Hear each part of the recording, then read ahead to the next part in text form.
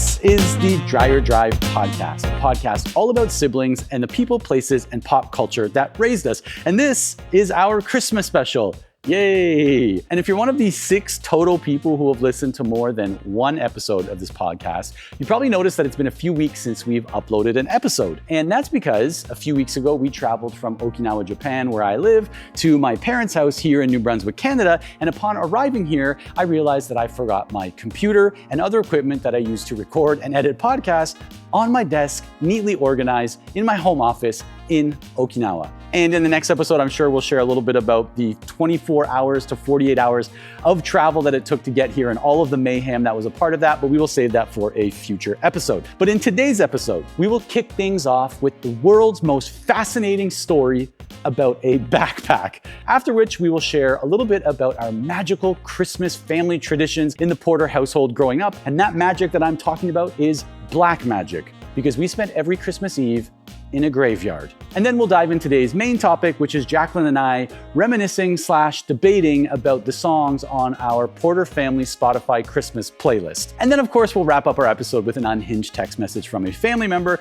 This week's unhinged text message comes from our younger brother, Jonathan, who texted about children and dogs. And with that being said, let's jump into this Christmas special. We started recording in early May or End of April, early May, something like that, yeah. So 6 months in. Plus, we finally cracked the code. We're, I think, what we refer to as quick learners, high IQ quick learners. We pick it up real fast, on the fly, improv champions. Early adapters. Yeah, definitely. I would say very early. I'm impressed with us. I'm not, because there is so much time for this to go horribly wrong. I know. We probably shouldn't be patting ourselves on the back too heavily right now. Yeah. I'm making tea. I can hear. It sounds like you are eating a bowl of cereal. I'm sorry. Okay, I'm done. I used to steep my tea just forever until I was done drinking it, right? And I remember so vividly, one day we were at the house at Dreyer Drive, and I was making my tea and steeping it, and Sid was there. And Sid was watching me. It was one of those days that kind of just everybody was around the table, like various odds and ends of people. And Sid would be flattered. Sid would be flattered. Just odds and ends. Just people that didn't leftovers, the neighborhood leftovers, the neighborhood Krispies. And I was, drinking my tea with the tea bag still in it. And he was getting like angrier and angrier by the second that and he was like, how long are you going to steep that tea for? Like, he was visibly angry. And ever since then, anytime I'm making tea, I think of Sid and how angry he would be of the way that I prepare my tea.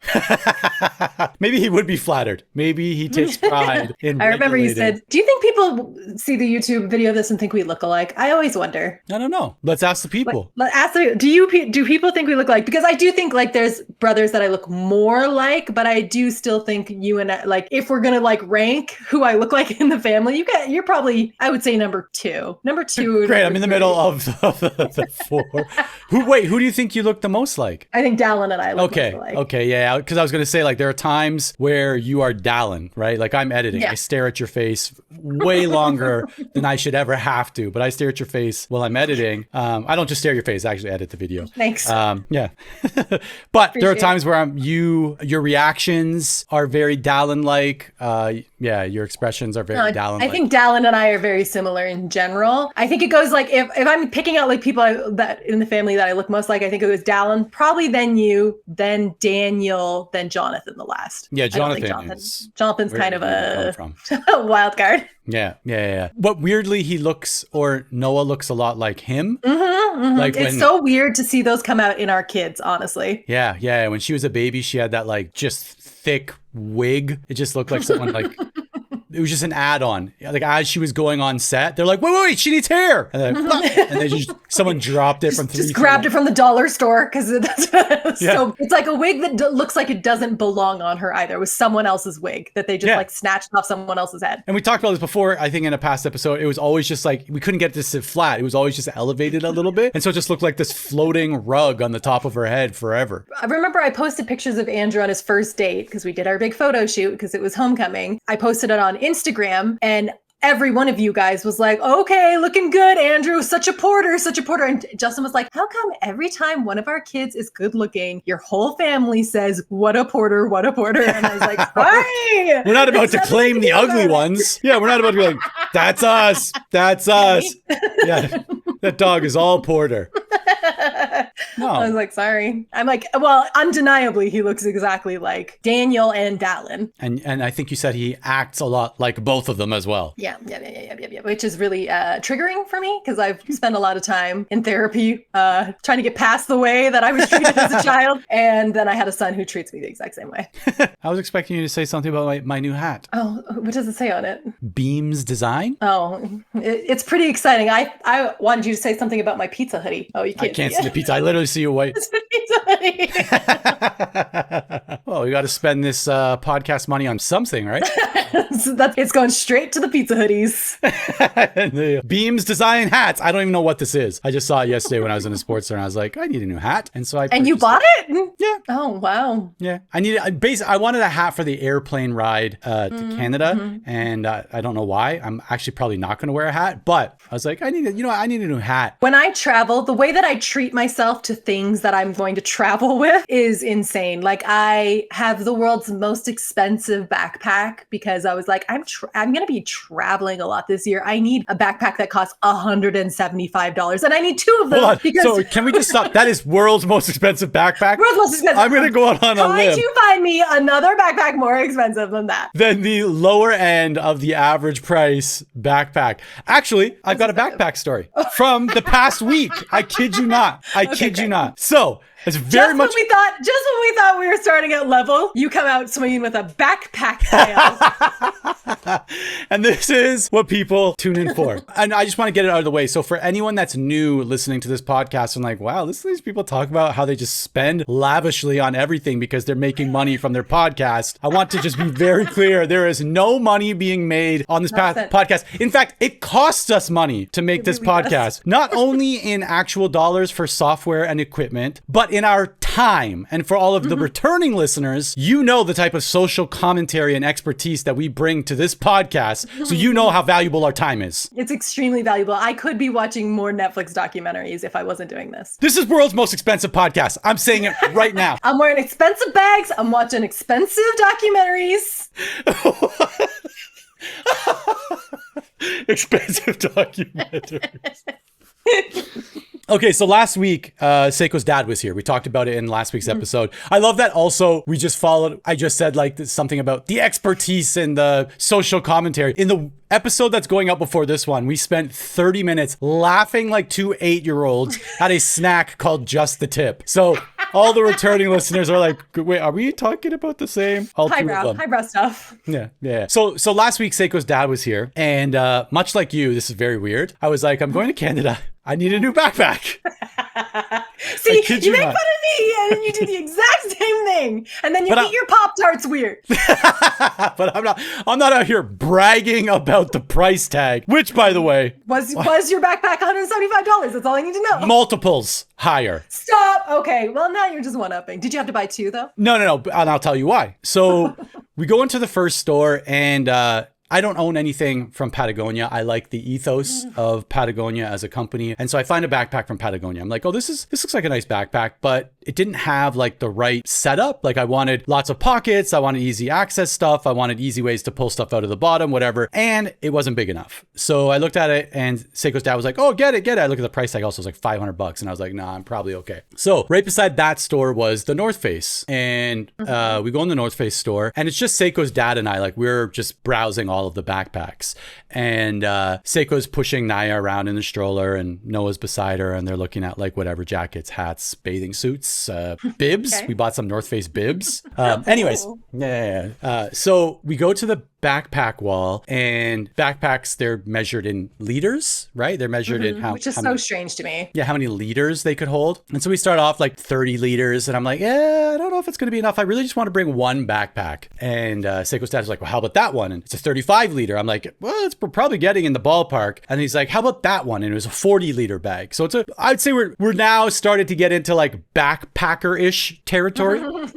And so I take the backpack off the shelf. I try it on. I realize I'm trying on the women's version because apparently there's women's and men's backpacks. So this woman who works there, she walks over and she was like, oh, like you might want to try on the men's one. It might fit a little bit better. And I was like, oh, okay, yeah, I'll do that. So I put on that one, and Seiko comes over and she's like, why are you looking at those? And I'm like, because like we need a backpack for the trip. Like we need a backpack so we can put everything in there, and then we don't have to worry. You can just push the baby, or I can push the baby, and we don't have things to worry about. And she was like, she's saying this in front of the woman that works there. She's like, look at that thing. There's no way to get stuff out of the bottom. You are going to be the one who's going to be ripping stuff out in the airplane, completely frustrated that you can't find the stuff that you want. And I was like, okay, fine. I'm not buying it. Okay. All right. I'm not going to buy it. I put it back on the shelf. I turn to the woman who's there for the whole awkward thing. And I'm like, I'm sorry, we're not going to buy it. Thanks. And so we walk over and we decide that the North Face store is the perfect place. And this is the perfect time to fight about a backpack. So I walk over, I'm like, why would you come over and say that in front of like her? Like she's trying to sell me the backpack, and you're like, this backpack, let me tell you all the reasons. This backpack is not the one for us. And I'm like,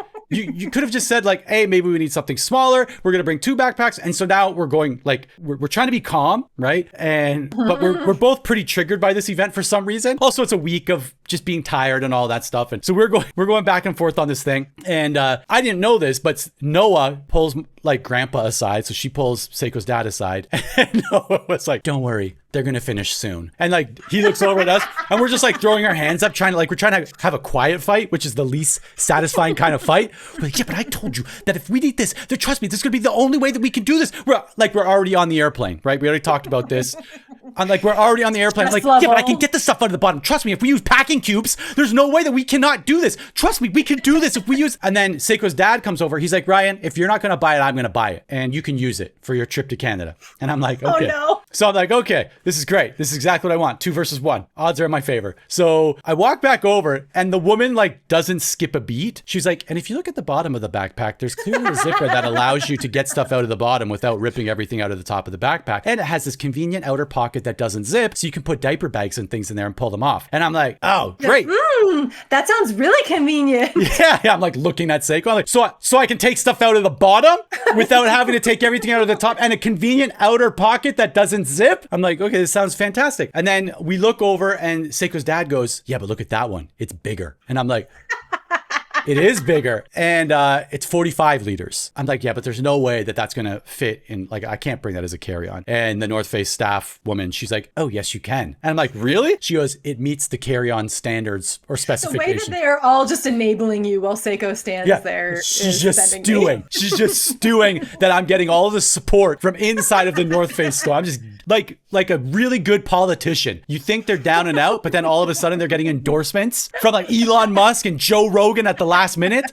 And she's like, she fully finishes the sale, and Seiko's dad's like, we're getting it. And I'm like, all right. So we go to the checkout. Seiko is feeling a little bit defeated. She's a little bit defeated. There's a good mixture of anger in there, because rightfully so, right? She just got teamed up on in the North Face store, and I would be livid. So I'm team Seiko on this one. Yeah, she's pretty angry. And I start then trying to like resell the backpack to her. I'm like, yeah, but if you look at the bottom here, there's this great pocket that we can get stuff out. We don't have to worry. And we're only bringing 1 backpack. So you have nothing to worry about with a bag. And she's like, kind of like, huh. And then she looks over and like, they've got a case of bags right beside the register. And she goes, then I'm getting this one. And she got like a North Face like purse off the shelf and just like dropped it as Seiko's dad is like paying for the backpack that he's buying for. What a classic move. So she got a North Face.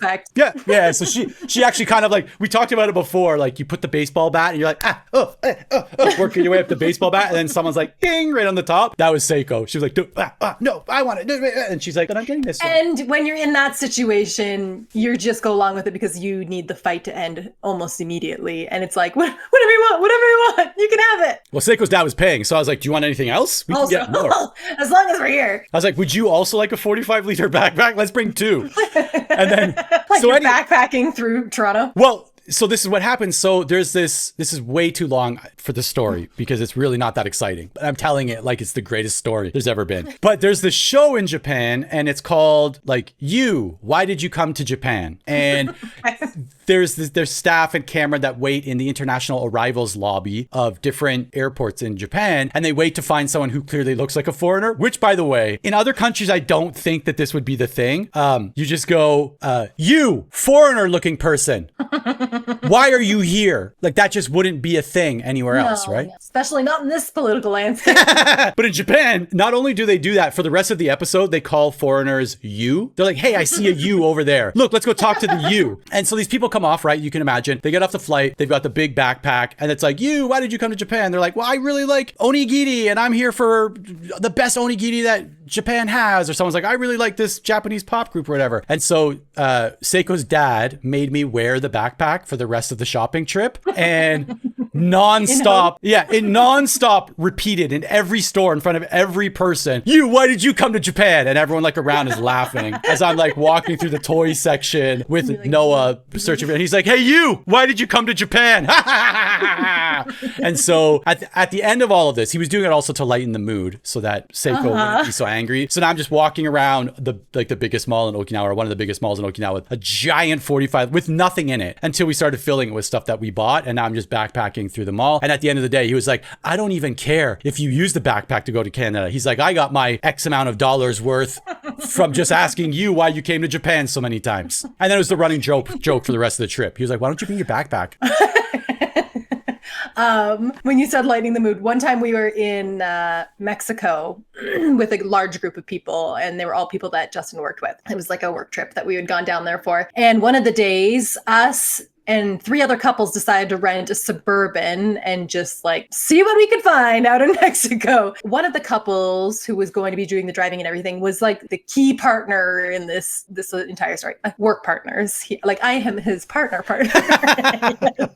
Business partners. And so he and his wife were, he was driving, his wife was going to be the navigator, and then we were all in the backseat. I like this already. We left at like 6 a.m. and we were gone all day. We went to Chichen Itza, we went to Ekbalam, we went to all these places. I literally don't know what any of these words are. Are these restaurant names? They're just, yep, they were taco restaurants. No, they were like what's it called? They're not called pyramids, but like the pyramids, like the Aztec ruin type things. Okay. So you really, really, really got burned in your memory how great they were to the point where you Okay. It was like the Mexico version of Egypt. Yes, exactly. And there were tacos, very good ones. But yeah, we'd been driving around all day, and as the day wore on, you could kind of tell the couple who was driving were starting to get more agitated with each other. Like, it started out like fun, ha ha ha ha, and then as the day wore on in like couple wrong turns, suddenly she's not that great of a navigator. He's driving a little too fast. Now he's not the best driver, and they start getting after each other. Just tit for tat.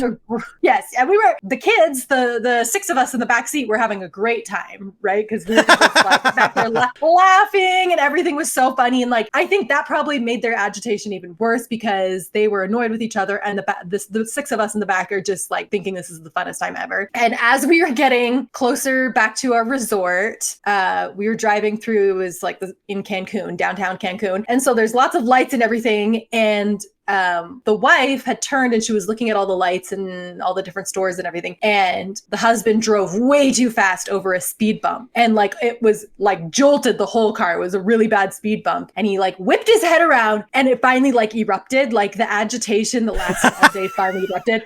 And they started fighting with us all in the car. And he was like, you think you could have warned me about that? And she was like, you think you could keep your eyes on the road for once? And so then the 6 of us are in the back are all just dead silent listening to them fighting. And it was so awkward because we're not like, we're acquaintances, but we're not like good enough friends that you can listen to them fight with each other and not feel weird about it. And I was sitting in the very, very back with Justin, another guy. And they were fighting. We pull up to the hotel. He turns the car off, and we're all just sitting there in dead silence. And because I am the way that I am, I was so uncomfortable. I was like, I need to say something. And so we just sat there for a second, and I heard from the back, Mom, Dad, are you going to get a divorce?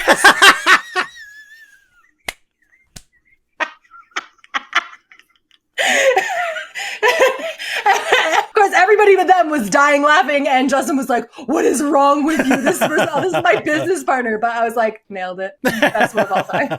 And then from there, was that the valve that released all of the? Yes, and then everybody was friends again. We all got out and we were like, "That was the best trip ever." Like sometimes you just got to take one for the team. Sometimes you got to say the thing. You got to say what brought you to Japan, and you got to say, "Are you going to get a divorce?" Just to really take the pressure off. Yeah, I totally agree. Just put up the numbers, hope that it goes your way. I mean, sometimes it won't. Sometimes they're going to think they're really offensive, but the odds were in my favor that time. Yeah, it's the only way that can go, right? Like, what are they going to do? At that point, what are they going to do? Are they going to turn around? We are getting yes, divorced. we are. Thank you for bringing that up. We filed the papers on Friday. Oh my gosh, this is already in process. Yes, but we already booked a trip. We were going to lose the deposit. We both love you very much. When we got home from the mall, I was still selling Seiko on the backpack. I pulled it out. And I was like, look how much stuff. I never want to see this backpack ever again. Now I've done things where I've had Noah put it on and walk around the house to try to get more mileage out of the joke. I'm like, why did you come to Japan? She has no idea, but I'm trying to retroactively repair the damage that was done in that North Face store. It's called committing to the bit. Commit to the bit. Just fully. I'm very committed. In fact, committed that when we come back from Japan, we will be laying over in Tokyo or just outside of Tokyo for one night. So we will be getting out at the international arrivals doors, and it's around New Year's. So I'm expecting to see the crew. Fingers crossed. I'm going to keep walking by the crew until they notice me with the backpack. And they're going to be like, why did you come to Japan? And if you have an interesting... I've lived here for years. No, because if you have an interesting story, they will ask if they can follow you around. And I'm like, interesting story, you say? Have I ever told you about the time I bought a backpack in a North Face store? Do I have an interesting story for you? I feel bad for the AI that we ask to summarize our episodes, because I imagine AI rolling its eyes, rolling its AIs, being like, really? You guys are you're wasting my CPU on this? I'm like, you want to hear the greatest story you've ever heard? I bought a backpack. These guys, and they're trying to pawn this off on a different AI. We got another one coming. We're like, what is this? Dreyer Drive. No, I did Dreyer Drive last week. This one's yours. Please. And then there's the new AI. He's like, I got it. And it's a little bit over ambitious. There's a few times it comes back. It's written not really the way that I would write that, but yeah, that's the new AI. I think we just wrote a new movie. A Pixar? No, this is a Pixar. Thinking this is Pixar. It's all of these AIs being spun out, and the new AIs. A buddy cop movie. There's the grizzled old AI who's seen everything, and the new starry-eyed AI who just rolled off the lot. The AI lot. That's how AI was made, right? It's on a lot. Different colors. You can choose different colors and different features. And there's people just putting it together. Sorry, was that a knife and a fork? Were you just putting them together with a knife and a fork? This is actually. Or were you boxing a baby? It's one of those two. I was despite having 4 brothers, I am not. I don't know what I'm not I want to say handy. That's not really the word, but I'm not. I don't fix things. I don't do landscaping. I don't mow the lawn. I think the word you're looking for is work. I don't do certain types of work. I never had to do as the sole girl in the house. I did have to do inside housework, but when it came to outside yard work, I never had to touch any of it, and that's how. So I can only assume this is how you use a screwdriver. I wouldn't know myself. Both hands, you are pedaling a bicycle with your hands. You pick at it. It's like a little ice pick until what you need comes out. I don't know. I sent a video to our family chat, our sibling thread just a few days ago, which is exactly related to this. Growing up, there were always projects on the go, right? It was repairing a wall here, installing a floor there, changing a counter, building a deck, building a treehouse, dismantling a treehouse, all of these things. Every weekend there could be some type of project, and Dad is super handy, right? Dad is really great at let me see, and makes a blueprint in his mind and then puts something together that will last 50 years plus. And he makes all of these inventions to do the things. He's like, oh, I don't have the tool that can do this, but if I get a jar of baby food and 3 screws, 2 rubber erasers, and 4 pieces of string, I think I can make what I need. And he would always just create these wild inventions that do it. So Dad is extremely handy, and he would always call on us to help. I would say that I was probably the most involved as kids, because I also really I also enjoy that stuff. I enjoy like circular saws and drills and table saws and building stuff. Yeah. So I'm like totally into it. And so we'd all get called out to help with that kind of stuff. But Dallin, youngest, and Dan, oldest, always had this like way of like just dissolving at the moment when everything kicked off. They would be there for like the morning, like, all right, we're going to do the deck. You're going to do this. This person's going to do this. We're going to set this up like this. We need to cut these things like this. There's 2 drills there. We're going to get going. It's like, all right, break. And then like literally when you say break, they just puff of smoke disappear. And you're like, they evaporate. Weren't there just 2 other people here? And that's Dan and Dallin. But they would always reappear just as the donuts came out or pizza was getting delivered. They'd be like, sorry, did you guys need help? There's just the drill over here. So I sent this video of this guy on like a shipping dock, and there's all these people just going in and out, like doing all of this work, packing stuff and unloading stuff. And there's this guy with like cowboy boots and a cowboy hat, and he's just in the mix, but he's not doing a single thing. He literally will like go and like tap the back of a box on someone's shoulder, then like spin around and like put his arms out like he's gonna help it in case it falls, and like spins back around and like points at the next person, then stops and takes a drink. I remember this one time with Dan, one of Mom's coworkers was moving, and so me and our like extended sibling Phil, so Phil and I, Phil and Dan were supposed to help this woman move. So we go to her, and we're lifting pianos and stuff. Like this is me and Phil. Oh my gosh, this is like just move everything, pack it in the truck, get to the house, unload it. Dan shows up just as pizza is being delivered, and we're being paid for the work. So Dan rolls up. I think he actually picked up the pizza. I think that was his job. He picked up the pizza and brought it because he was so late. Like, well, can you just grab the pizza on the way? So he delivers the pizza, opens it up, has a slice with us, gets the like 50 or 75 bucks, whatever we were paid to move, and then just rolls out. And that was his day. I'm like, did you just get paid? Like, you need to give that to me and Phil because we did all of the work. And that's Dan in a nutshell when it comes to physical labor. Also Dallin. That might as well have been Dallin. No, Dallin. Did you like that? And that was always so frustrating when we were kids and they would disappear and be like, Mom, Dad, like, do you not see that Daniel and Dallin aren't here? And it was just like too exhausting to then, like, we were already doing the work. It was too exhausting for Mom and Dad to then like go find Daniel and Dallin and then give them like a lecture on like being a part of the family. And like, so it was just like, you know what? Like, you 3 are here, the 3 middle kids, like you 3 are here, just like keep doing what you're doing. Like, let's just get this done and leave them to their own devices. Dallin's downstairs just watching S Club 7 videos on music. There were no equal standards, and I'm guessing this is the way that it is with kids. Like I don't know, right? Because I've got a 5-year-old and a 5-month-old, right? So like, I don't know what it's going to be like. I assume that because of the age gap, standards will change, but there were no equal standards in our family for multiple things, right? Like there were higher standards for certain kids for certain things, and much lower standards for other kids in other things, like school grades. I think there's like 2.5 of us, maybe 2 of us, that were expected to get really good grades, and the other one was okay to like not be able to find a classroom in school and then just drop out the next day. That was you. And then that was me, and then some just stopped going to school, period, and that was Daniel. Yeah, and that's okay. And it was like, you know what? We expected that. I'm like, sorry. He gets those expectations, and I've got... Yeah. I remember always being so upset because sometimes the rules were different for me, and it was clearly because like I was a girl in the world, like being out late at night or whatever. You guys were allowed to stay out later than I was, and anytime I would like question Mom and Dad, I'd be like, why can't I have the same curfew as Daniel and Ryan? They're like, because you're a girl. I'm like, this is like against the laws of feminism. Like, I should get to do whatever I want. It was so frustrating when I was growing Mom's up. catchphrase is like, nothing good ever happens after midnight. After midnight. Yep. And I was like, actually, that's when all of the good things happen. Literally. All the best stuff. I think I've used that joke before on this podcast. I don't know if I made it into an edit, but I will repeat it. All of the good stuff happens after midnight.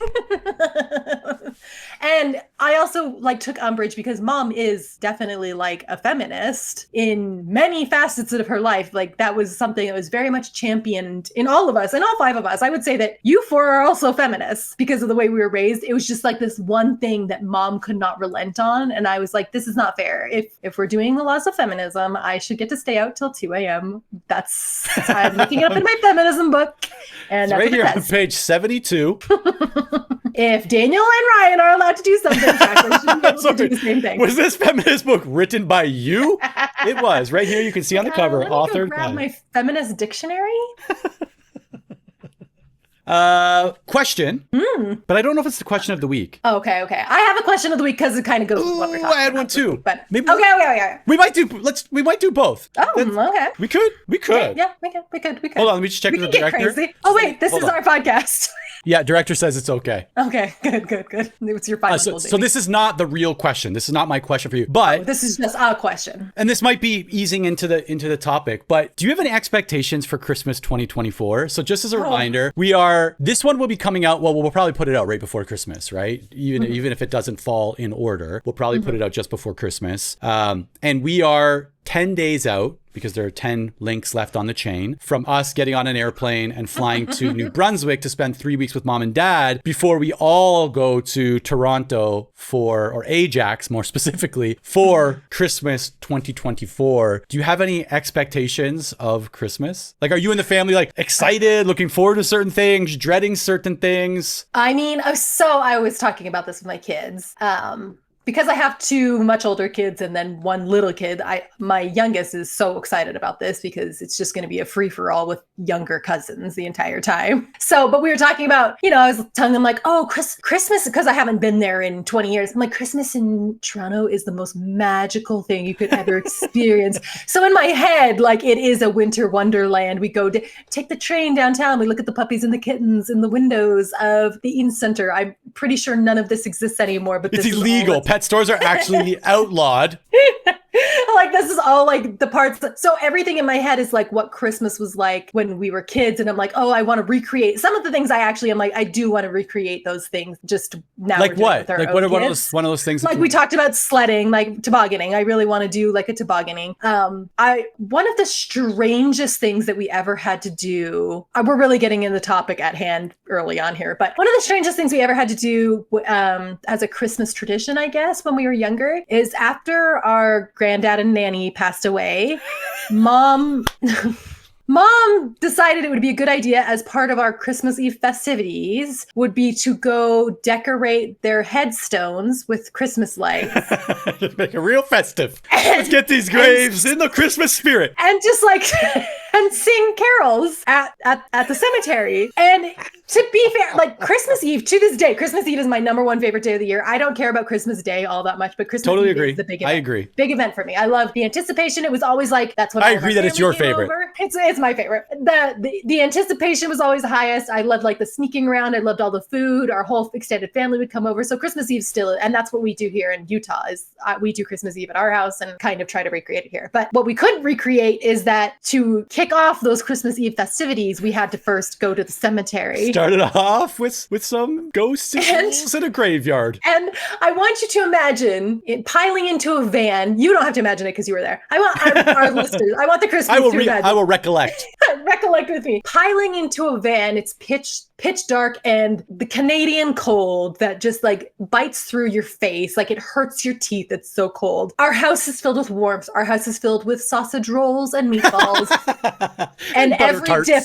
And butter tarts and every dip you can imagine, and games and fun and Christmas crackers, which are not crackers that you eat, but the ones that you pop and there's a little crown inside. All these things that a child is just like, this is all I ever want. And mom's like, no. And it's all out on the table for us to see also, by the way. It's all displayed. Before we can even get to it, or our Christmas pajamas wrapped up under the tree, like all of this stuff that we just want to dig into. Mom's like, we have to go to the cemetery. And so we'd all pile into the cemetery, complaining loudly. No one went willingly. We were all screaming and retching the entire way over to the cemetery. And then one year, Mom had the idea to have Jonathan bring his saxophone. And I'm gonna start crying.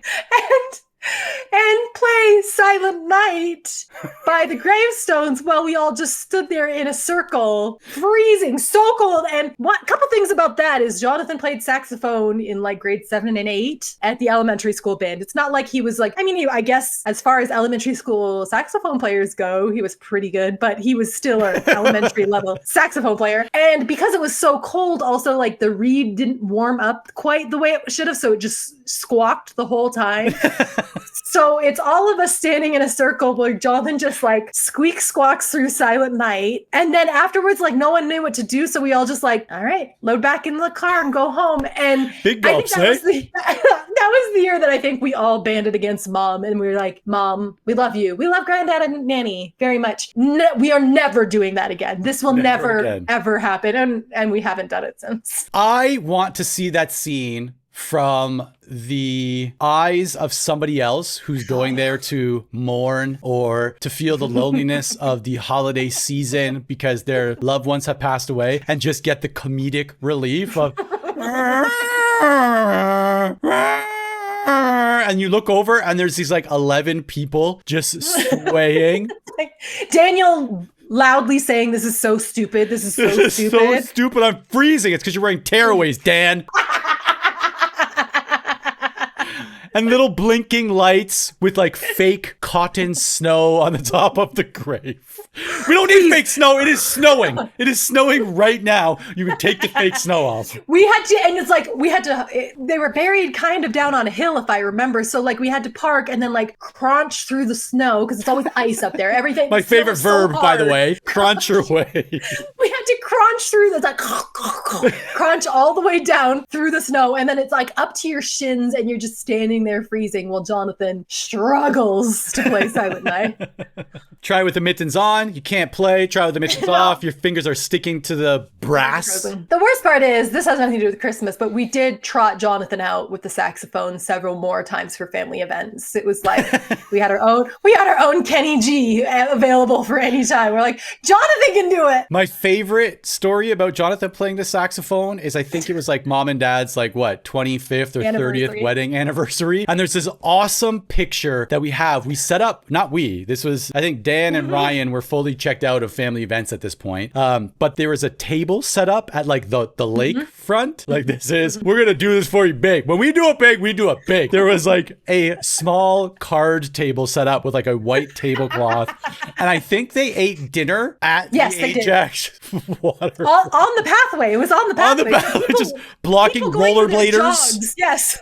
People trying to jog would have to like jog around Mom and Dad eating their dinner. But this is the perfect like personification maybe, or the example of different standards for different kids, because we've got this awesome picture where Mom and Dad are sitting at this romantic dinner. Jonathan is serenading them with this wonderful composition that I'm sure he wrote by himself on the saxophone, and Dallin is just standing there watching. Like Dallin is doing nothing. I think he's just there. Even worse, I think Dallin played the waiter. Like I think that was Dallin's role. Sweating. He was like, I am sweating. We can fact check this with Jonathan and Dallin, but I'm pretty sure Dallin was pretending to be their waiter, and it was like a restaurant. And Annie Gale and I had like parked the van around the corner and had all the food, and Dallin would like run and get the food and run it back. Boy, it makes our family sound just like we were just a little traveling Broadway family, constantly putting on show at the cemetery, and then we're putting on a show at the lake, and we're like, why can't you guys on the pathway? Normal? Yeah, I'd like to think that when I get to a certain age and Noah wants to do something like that, I would just be so touched, right? That Noah and maybe Naya want to put, I'd be so touched. But there'd be part of me that's like, could we do this in a forest away from people who might be able to identify us? But Mom and Dad were just like, let's do it. Out there. Oh, so to answer your question, my expectations for Christmas, I'm doing my best to keep them very low because I think our family has a problem with high expectations and then being very upset and disappointed when things and inevitably go wrong. So Dan and manual labor type expectations. Yeah. I just feel like there's so many parts and pieces now.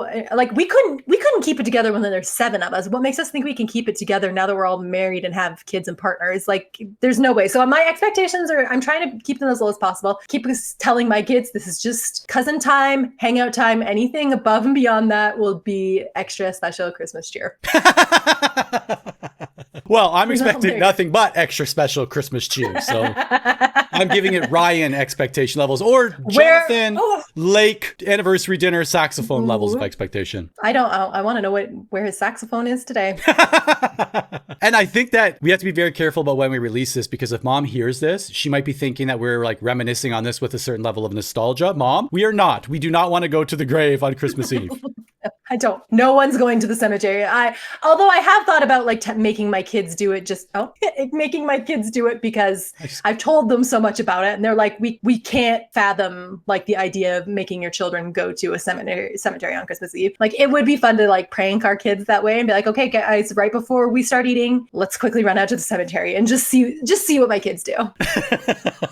I think Noah would totally be into it. She's at the age right now. You're like, any surprise is a good surprise. Like you're like, oh my gosh, we just ran out of gas. She'll be like, yes, what does that mean? I'm like, that means we can no longer go where we're supposed to be going. Do you have expectations then? What are your expectations for our Porter family Christmas?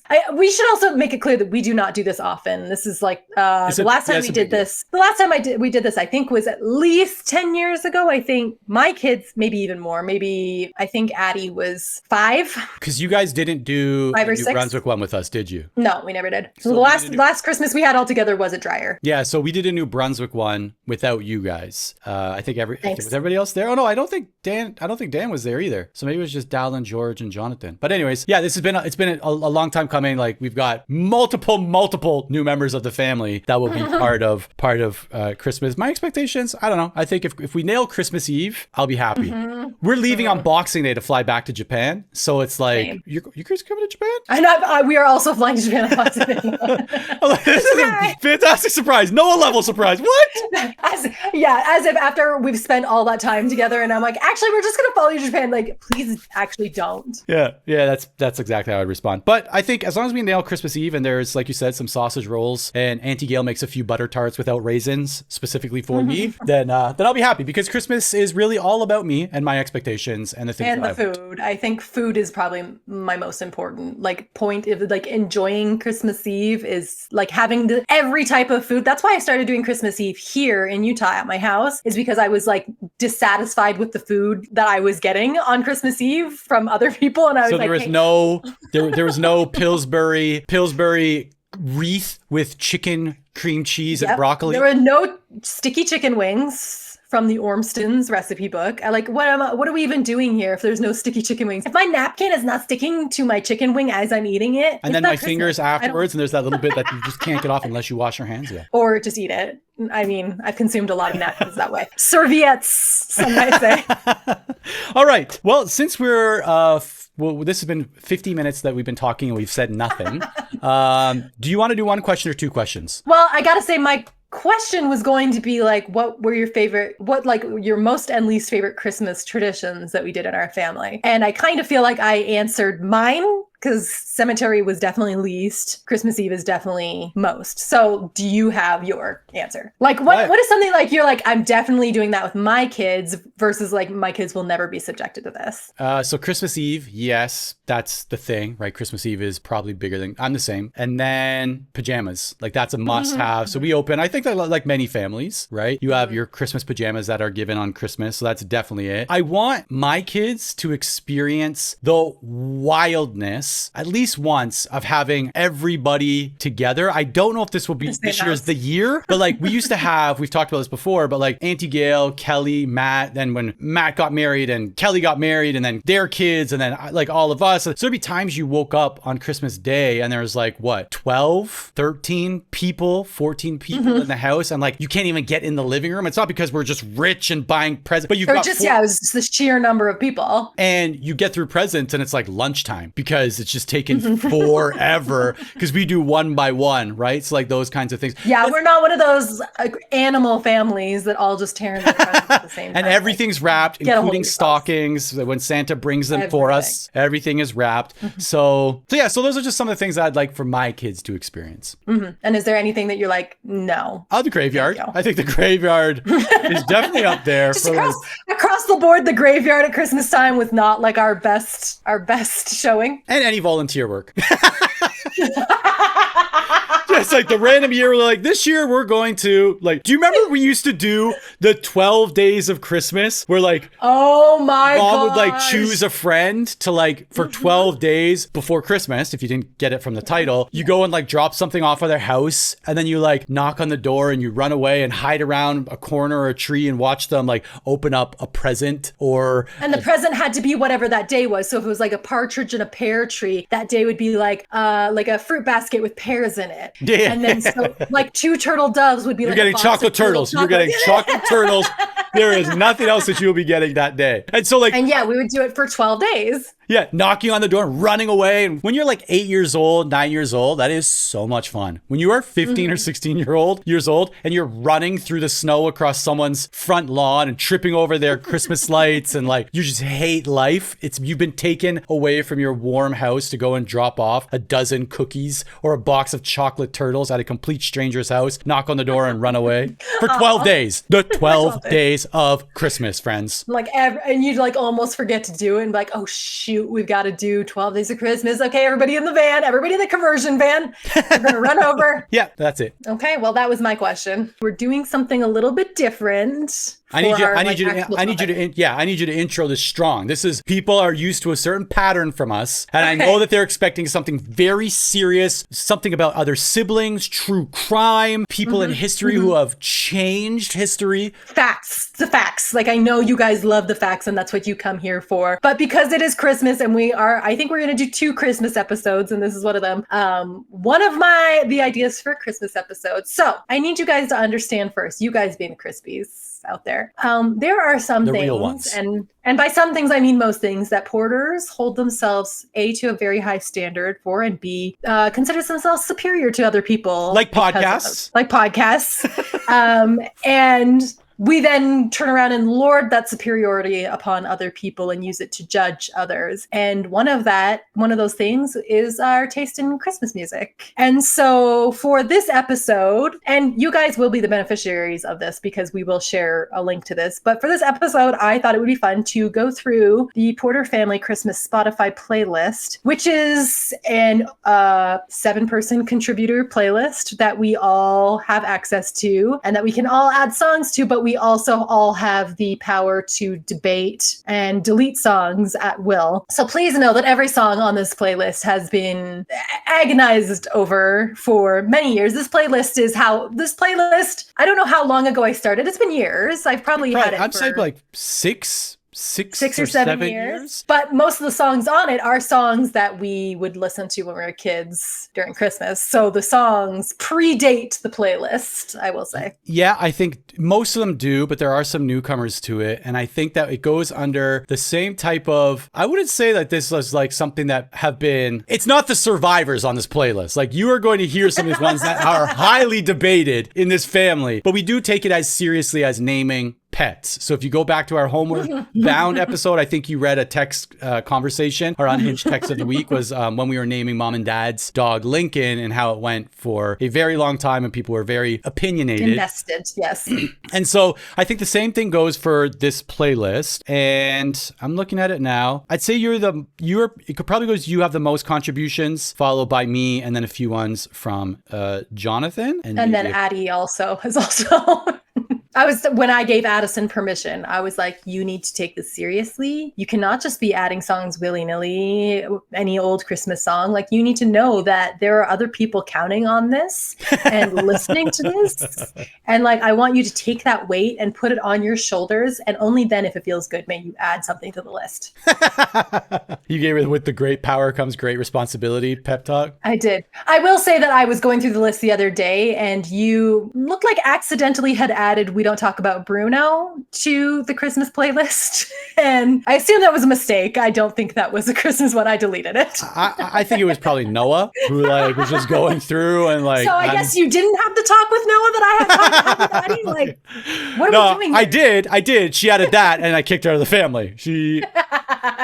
Sorry. What are you doing? I thought you were ready for this, but you're not. And you're going to have to. We'll talk again when you're 18. Yes. I think you need to be an adult to be able to add to the list. So tell me the format here. Like, what are we doing? I think we just, do we both have the playlist open? Did you? I've got it open. Back for this? I didn't delete it off my phone. So I am on Apple Music this year because of the AI DJ that made me look like a complete fool in traffic in my car. Yes. So you guys can go back and search through episodes to find out that story. But anyways, Yeah, let's go through the list and maybe let's pick out a few highlights, a few lowlights, and maybe some that trigger certain stories, emotions, or whatever. Thank you. I think we have to start with the very first, and this is the very first song on purpose because nothing gets me more hyped for Christmas than the song "Louisiana Christmas Day" by Aaron Neville. Why? And I think it's mostly because we talked before about that we both had two best friends that were from the same families. I was wondering if this is what it was. And one of the families, so we both had a best friend from this family. Their dad was very musically inclined. Yeah. He was a drummer. That was one of the, he was a drummer. I would say a lot of music that I was introduced to as a kid was because it was Gary. Shout out to Gary, Angel Man. But a lot of my music, the times I first listened to certain songs and music was because Gary had it playing in his van while he's driving us around or whatever. Gary loved the song. Probably still loves the song. He's probably listening to it right now. Gary is listening to it right now. Those opening notes, the opening horns in Louisiana Christmas and the way that it's sung, and Gary would sing it like Aaron Neville as well. So to this day, I hear it and it's just like good feelings. I'm excited. I'm driving around with them. He's driving us to the mall to go Christmas shopping. And we are just like jamming out to Louisiana Christmas Day. And then there's also during the bridge, there's that part where there's just drums and piano. And he would drum on the steering wheel while we were driving. And to see him just going nuts drumming on the steering wheel while listening to this, like immaculate. And the volume was so loud. Like yes, Gary in the car, partially because his hearing was going from all the drumming he had done, right? But also because he just loved music. Like Gary is the one who introduced me to Jimi Hendrix and Led Zeppelin. And we know from past episodes, I love hip hop, but I also have an appreciation for all kinds of music. Anyways, Gary would listen to it so loud, doing all of the drumming, going from the steering wheel to the dashboard, back to the steering wheel. Sometimes the windows would be down in December, just blaring Louisiana Christmas Day. So for all of the same reasons that you just described, I also love this song. Like driving up Dreyer Drive from down off the Pickering Beachway, like coming home from their house, driving up Dreyer Drive in the black van or the Nissan Maxima or whatever, like full, the loudest volume. You're like 13 years old or whatever, and you just feel all of the Christmas spirit in that car. All the things, yes. Yeah. So that's like my I put that number one on the list on purpose because if I need to get into the spirit of Christmas, that's what it's going to be. Do you have our next pick? Good or bad or contested? Well, I'll go through maybe like a couple. So it must have been Old Santa Claus, the Harry Connick Jr. one, also for the same reasons. That was another Gary hit special. That would be definitely in that car. I really like that. There are a few that are on here that if someone else hears, they'd be like, I'm sorry, what? What are you talking about? For example, Christmas Time by the Smashing Pumpkins. Okay, to be fair with those ones, so we had a Christmas CD, and it was a Christmas CD, singular. A Christmas CD. I don't know where it came from. Do you remember? Like it just appeared. No idea. I'm sure maybe someone gave it in a basket of pears for the 12 days of Christmas. Good call. So, and the CD was called A Very Special Christmas, and it was all like kind of it was very famous musical acts doing kind of offbeat Christmas songs. So, and it was an annual release. It was an annual release, so you can go on Spotify. You can see all of them. They all exist. Yeah, our list has a lot of them, especially the one on the gold CD, because the gold CD was the one. I don't know which version of it. It was the gold cover. The gold one, the one with the gold cover. So Christmas Time. So they had songs like Christmas Time that were written specifically for that person. The Santa Baby with Snoop Dogg, which is one of my all-time favorites, which again, other people are like, what are you doing with this? But it's not just Snoop Dogg. It's like Mace, Diddy, Snoop, Onyx is on there. Onyx is on there. Salt and Pepper is on there. Like, yeah, it's the greatest. Oh, Run DMC I think is on there as well. Yep. Like it's literally just banger after banger. Wait, that's for songs, not people. Superstar after superstar, and they put together this like urban.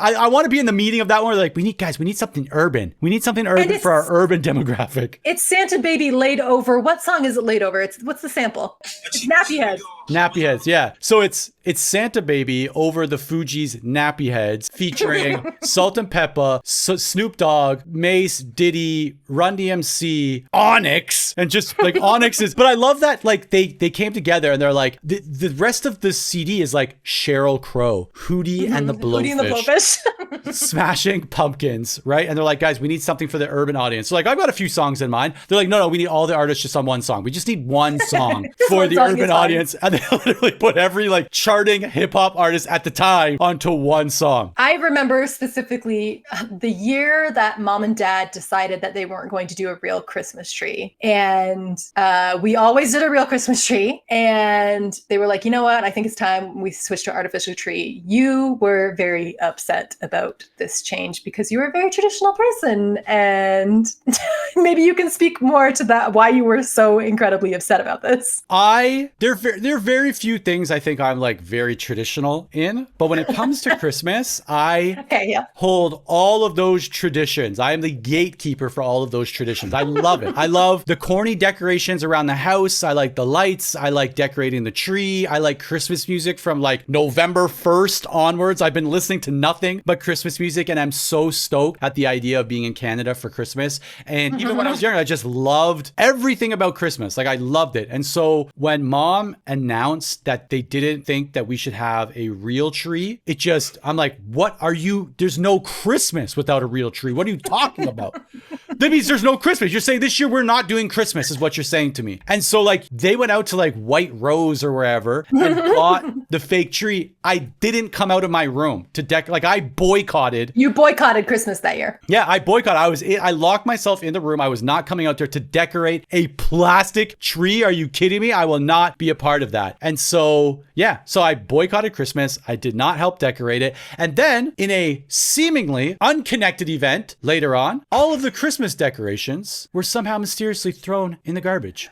Oh, yeah. I forgot about that. And mom, to this day, is convinced that it was me throwing out all of years of Christmas decorations. Every year we got our own decoration. And mom is convinced that it was me in like an extension of my boycott protest that I threw out all of our decorations. And I can tell you, to my knowledge, it wasn't me. I mean, we've established that we did go to the dump a lot and bring home gum. So it could have been any one of the times that someone was hauling garbage to the dump. But I remember specifically that year that you were boycotting decorating the Christmas tree. And we had finished decorating the tree. You hadn't come out of your room, but we had this Christmas CD going and mom had turned off all the lights and the light of the Christmas tree was the only one up. And we were all sitting on the couch listening to the Enya version of Silent Night, which I cannot pronounce what it's actually called, but it's on this CD. And I remember you coming up the stairs and sitting down on the couch. And we were all just like, probably one of the rarest moments of just silence at Dreyer Drive was, I remember just sitting there underneath the Christmas tree. You were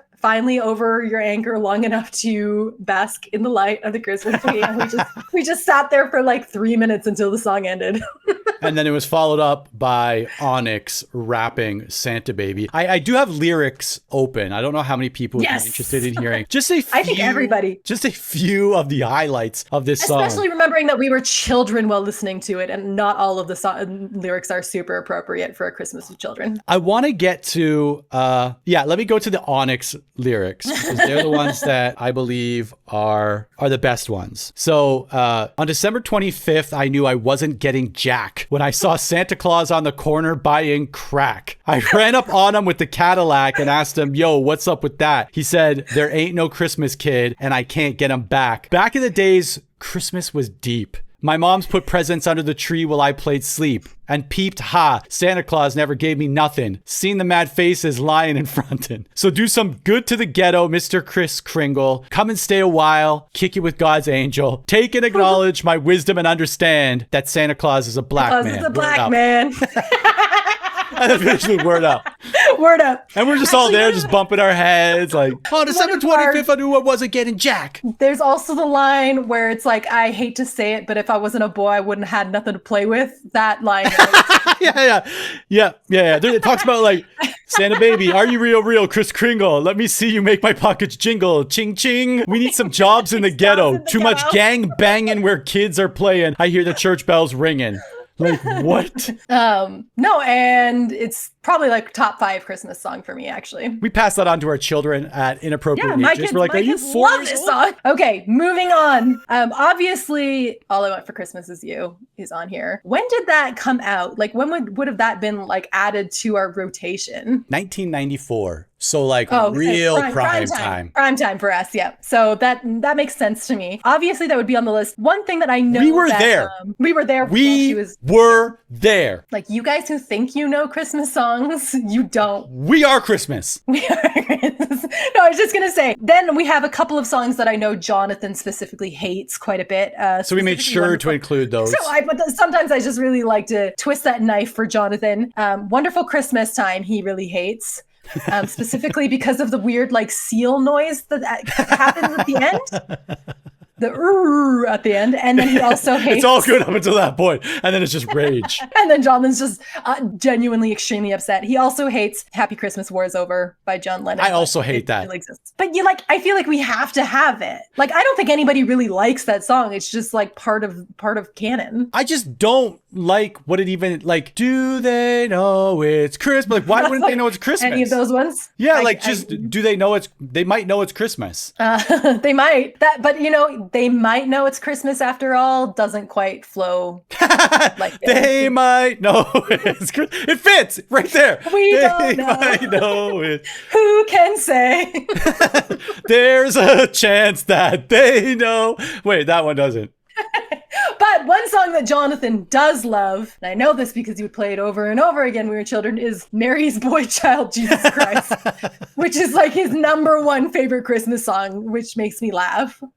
I think it's on brand. It's very on brand for Jonathan. I think like you can tell who added what and if it's like on brand for. Except for one. Which one? Oi to the World by No Doubt was added by Jonathan. Well, Oi to the World was on a very special Christmas. It was. And the fact that he added it. A banger, actually. I feel. There was, I don't know which one of you did attempt to add Little Drummer Boy, but I need you to know that it was not okay. Sorry, the new version of it? Any version of the Little Drummer Boy is not okay. It is the worst, hands down, the worst Christmas song. Crispies will back me up. Hold on. You're about to get so many people unsubscribing. All 6 people who subscribe to this podcast have just hit unsubscribe. Little Drummer Boy by For King and Country is a new age Christmas banger. I can't. And if you don't agree, you know what? Unsubscribe right now. I'm asking you to unsubscribe.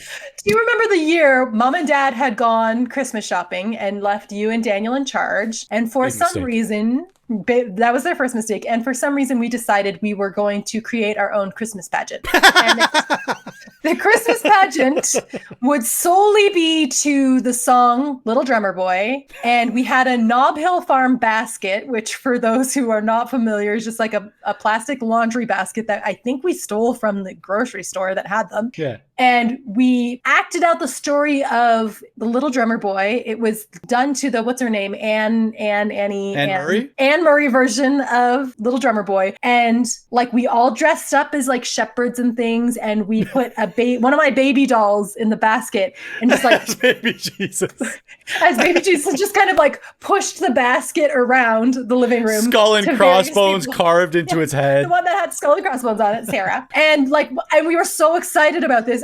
And like Mom and Dad pulled in the driveway. We were like, okay, they're here. Like everybody in their places. And then Mom and Dad had to watch us do this like very serious Little Drummer Boy play that I'm sure they were like, interpretation of. Great guys, like, can we please come in the house now? And we were like so proud, like high art for the Little Drummer Boy. And I think what triggered it is because every year at the church that our family went to, they would do an actual, very loose hand quotes here, an actual Christmas pageant where they'd have these big speakers and there was like some narration and we would walk across the parking lot and there would be like a manger set up in some like fashion. But I remember that the shepherds, their costume was basically like a tea towel or an actual towel, right? It's like a bathrobe with like a towel, like an actual tea towel. Tied on with the bathrobe tie. Yes. So to me, this is like, wait, we can do this at home with our own things. And so it like triggered that like we could totally do, we have all of the materials that you need to make this happen at home. Bathrobes, check. Bath towels, also check. We're doing a pageant at home. We're doing it. And like, it's going to blow their minds. So while I do have a fond memory of Little Drummer Boy, I cannot in good faith listen to it now. I'm sorry. I want everybody who's listening to this to please go and find Little Drummer Boy by For King and Country and let that play out and tell me that it doesn't boost your Christmas spirit at least 7 points. To be fair, I do believe that you guys hate Hard Candy Christmas by Dolly Parton, which is a song that I unironically love. And it has remained on the list because I rule this list with an iron fist. Yeah, like I do notice there are some that I have put on that list that are no longer on that list. I was making an executive decision and I could not keep them there anymore. Are there maybe any also one of the reasons that you are the highest or the most active contributor to this list because you're just deleting other people's submissions. Well, and especially you're in a different time zone. People are in bed. You're like, no one will notice. We notice. And a lot of times you don't notice. I do also have like songs sometimes that I'm like, I don't like, they just feel like a Porter Family Christmas one, like the Chipmunk Christmas song. I skip it every time. The Muppets 12 Days of Christmas. The Muppets 12 Days of Christmas. Because when the Meeper says me, while singing makes me laugh. So like not all of these songs are just like the perfect Christmas song. Some of them are just for the memories. Or to annoy other listeners of the list. Or to annoy other people that are listening. Like I do love to think of Jonathan just going into a blind rage every time he hears So This Is Christmas. I imagine he's like just reaching his first phase of deep work for the day, and then that comes on and it just pushes him off the rails for the rest of the day. Are there any like new Christmas songs that you've added to the list that you're like, I ride hard for this Christmas song? There are a few. So one, Make You Mine This Season, Tegan and Sarah. Excellent. Really good one. It's from the movie Happiest Season, perhaps. Happiest Christmas or Happiest Season. I like the movie. Love the song. Anything by Sam Smith. Put it on the list. Love it. The Lighthouse Keeper. Lighthouse Keeper. Love it. There are, I don't know. It's not that new, but I would say, and I haven't added it to the Spotify playlist, but it is on my Apple Music playlist. Carrie Underwood and John Legend's version of Hallelujah is incredible. So I love that one. All of the John Legend stuff, it always makes its way onto my list. And I already told everybody how I feel about For King and Country's Little Drummer Boy. I'll say the one that I think gets members of this family, meaning me and Noah, really going, Bruce Springsteen, Santa Claus Is Coming to Town. Really? Like that one, she'll ask for me to just repeat it after like 100 times in a row. Okay, she'll ask me to repeat it like 5 times in a row. Okay, well, I'll take it. Mine, I really like the Casey Musgraves Christmas songs, like Ribbons and Bows. Perfect. No notes. Also, I really like the Gwen Stefani. Gwen Stefani has 2 spots on our Christmas list. Oi to the What's World. The other one? And You Make It Feel Like Christmas, the one with her and Blake Shelton. Not bad. Not a big fan. I like it. It makes me excited for Christmas. Like any song that I want, when I listen to my Christmas music, I want it to have the same effect as Louisiana Christmas Day, where like I hear it and I'm like, oh my gosh, it's happening. It's gonna happen. Christmas is coming. And so that feels the same to me. Are there any songs in particular that you're okay to have on the playlist 50 different variations of because it is the Christmas song? I mean, hold on. I actually just said my answer to that because mine is the Christmas song. I don't care who sings it. It could be any one of the Crispies. If you record it and send me recording, I will add it to my playlist for Christmas. You heard it here first. Yeah. That song, I don't care who sings it. It's on the list. Always. I am now noticing that you do have quite a few versions of that saved on here. Wow. I never know which one is my one for that year. Like I do, the Justin Bieber one is great. John Legend, phenomenal, right? Mm-hmm. I'm trying to think of one that I like. Carol of the Bells is another one. I usually don't care. Oh yeah, Carol of the Bells. I actually specifically like the Carol of the Bells that is from Home Alone. I was going to say, I was just talking about this with my father-in-law. My father-in-law were watching Home Alone, obviously listening to the score. We started talking about John Williams, who is the second most nominated person after Walt Disney with 54 Academy Award nominations. And he did the score for Home Alone 1. And there's that one song that just, I wonder if it's like this for everybody, but I think it's called Somewhere in My Memory. Yep. Somewhere in my memory. But just that from Home Alone 1 is so deeply ingrained in my brain as a Christmas song. And like, kudos to John Williams for being like, let me just throw this in there and create this brand new connection to Christmas for all of these children, this entire generation of children growing up. And so like now I hear that and like right away, I just remember Christmas. That and the scene where I believe Kevin McAllister from Home Alone is in the church and he's talking with the scary guy with the shovel and the galoshes, the big galoshes boots. And I think, is it in that? I don't know if it's the same scene, but it's very close where he's like, this is my house and I've got to protect it. And he's running home from the church. Yeah. And that little like I just montage. got goosebumps. I just got goosebumps. The little montage of music as he's running home to protect his home against the wet bandits is like forever ingrained in my brain as this Christmas montage. And like, that's what's playing in my brain. Like when I'm Christmas shopping, I'm like, it's Christmas Eve and I've got to get all the presents. And I'm like running through the Pickering Town Center or the Eaton Center, any one of those malls that we used to go shopping at, doing my Christmas shopping last minute. So the one that I like the most variations on would probably be White Christmas. And same thing, we had a VHS tape of White Christmas growing up. I think we must have got it from Nanny because like, why else would we be watching White Christmas so randomly? And when I think of like on 34th Street, that's what I think. I think every family has their like old-timey Christmas movie that is like their family's, like whether it's Miracle on 34th Street or It's a Wonderful Life, but ours was definitely White Christmas. And I don't even know when we were kids if we even liked it that much. I imagine that as kids we thought it was extremely boring. It's pretty slow moving and it's very long, but now it's like can't miss, and I will sob through it every year that I watch it. And I make my kids watch it, and they're like, Mom, White Christmas is not that good. I'm like, it is a classic. You'll sit here and respect it. Do you have any like non-old timey Christmas movies that you are like 100% you have to watch or it's not Christmas? Well, we talked about like The Family Stone is like my favorite Christmas movie of all time. And I know it is like debated a lot on like whether it's a real depiction of a family at Christmas. It's a lot of times when I see movies with big families depicted, I immediately am like, yep, this is what it felt like to me being a member of a family, especially because Family Stone is about coming back when you are an adult and there are other people now in the mix, like partners and that kind of thing. And there's been many years that we had Christmases where we were trying out new partners to see if they fit in with our family and how that would go. So when I see The Family Stone and I'm like, this reminds me of me, it's not because they're just like mean to be mean. It's like a meanness that is very protective of the family environment that is being created. It's a family that's like, we like the way we are. And if you are going to come into this family, you're either going to have to keep the status quo the same or improve it for me personally. But if you are going to change the status quo for me or hurt it in any way, like you're out of the family. So I know like online last year, there's a whole thing on like people watching The Family Stone and doing like reaction movies because it is a ridiculous movie. But like, I'm like, I recognize these people and these people are me.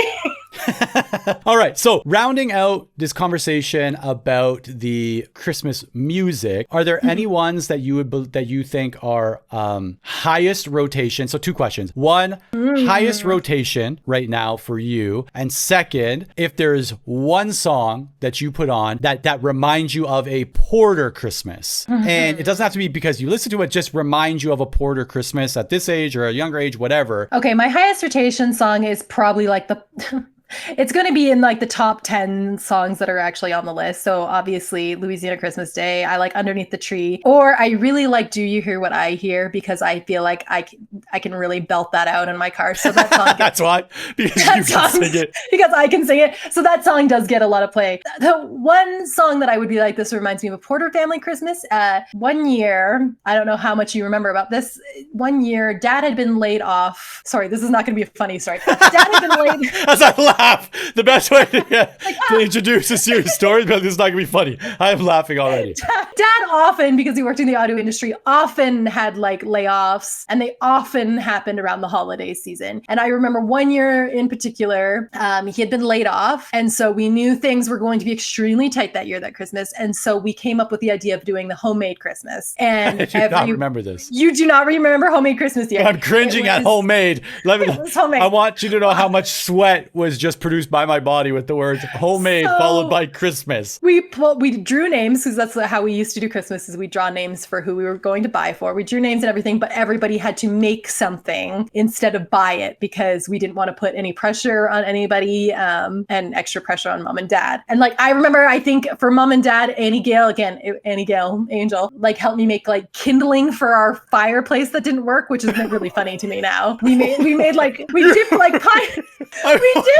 I'm picturing, the original Willy Wonka, the house that they live in. There's like 4 grandparents sleeping in a bed. It's cold. There's no heat. And you and Andy Gale are manufacturing kindling out of pine cones. We were for a dipping fireplace. pine cones. That does not work.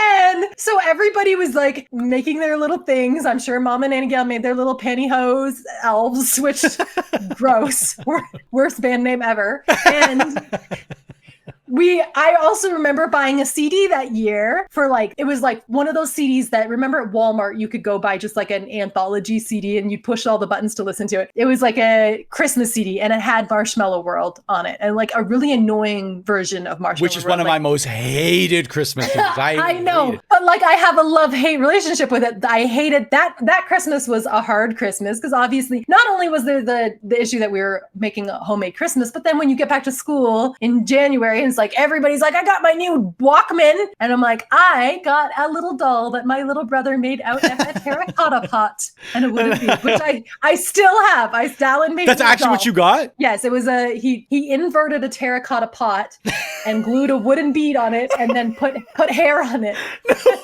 No, this Christmas, please. This Christmas, I need to dig into everybody's memories. I do not remember this Christmas at all. This is full. I must be blocking out my memory. I've got to have a therapy session about this, being like, my sister told me about a Christmas that I do not remember at all. Are you sure that it wasn't just for like the little kids because you guys didn't have part-time jobs, like all of us? It was everybody. And I'm sure, I bet Daniel would remember something about this too. No, if anyone does remember, it's Dan, because for sure he didn't make a single thing. We've already talked about how good Dan was at making things. One time Daniel, you know what Dan made? He made an excuse. That's what Dan made for that. He dug deep. So good at it.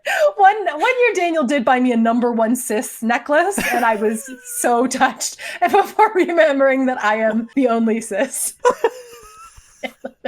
Wow. I did not expect for this episode to end this great. Like, these are some things that I did not expect. You know what? For someone who loves Christmas that like as much as I do, I actually don't have a lot of specific memories about Christmas. Christmas memories? They're just like, they're just general. Maybe because it's the tradition part. Like, I remember the traditions of Christmas, but I do not remember these specific things. Like, this year when we're all together, I need to figure out like best gifts, worst gifts, homemade Christmas. Like, this is It's like wild. one year all I wanted for Christmas was a disco ball. I was like probably 13 or 14. This was hot on the heels of a birthday wish for a lava lamp. I was still in my Millhouse era and I just really wanted a disco ball because I was like, I'm quirky. And like, that's the only thing I asked for. And Christmas morning comes around and we're unwrapping presents and Jonathan unwrapped a disco ball. And I was like, what the heck?